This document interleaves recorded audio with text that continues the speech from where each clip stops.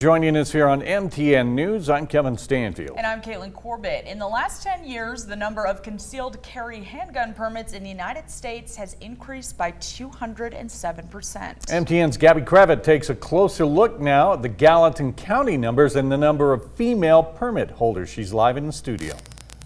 That's right. There's 3,809 active concealed carry permit holders in Gallatin County. About 25% of those permit holders are women. According to the Gallatin County Sheriff's Office, the number of women seeking concealed carry permit is on an upward trend. Concealed carry, or carrying a concealed weapon, is the act of carrying a weapon, like a handgun, in public, but in a discreet manner.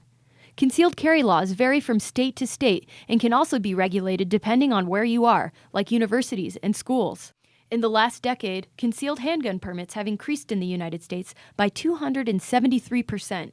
And the Gallatin County Sheriff's Office says there's an overall upward trend in concealed carry permit holders in the county. This year, to give you an idea, we're projected to have over 1,000 men put in for concealed weapons permits compared to the 300 that are women.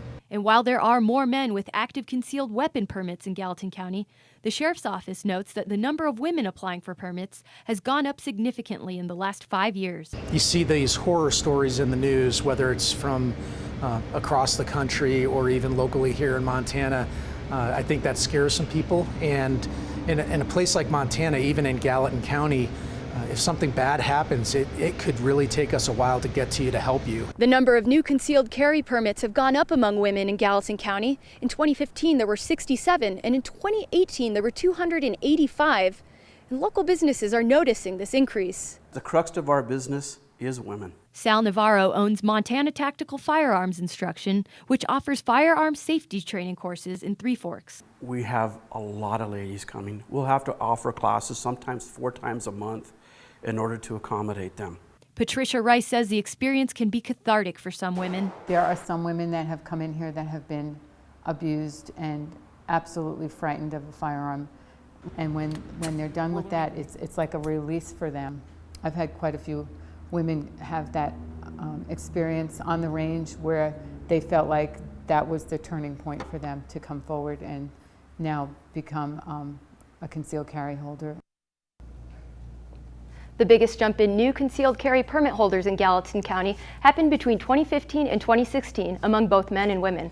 Back to you. All right, thank you, Gabby. On a related note, the state Supreme Court has ruled the ballot language for a legislative referendum that would restrict local governments from enacting background checks for gun purchases will stand as is on the 2020 ballot.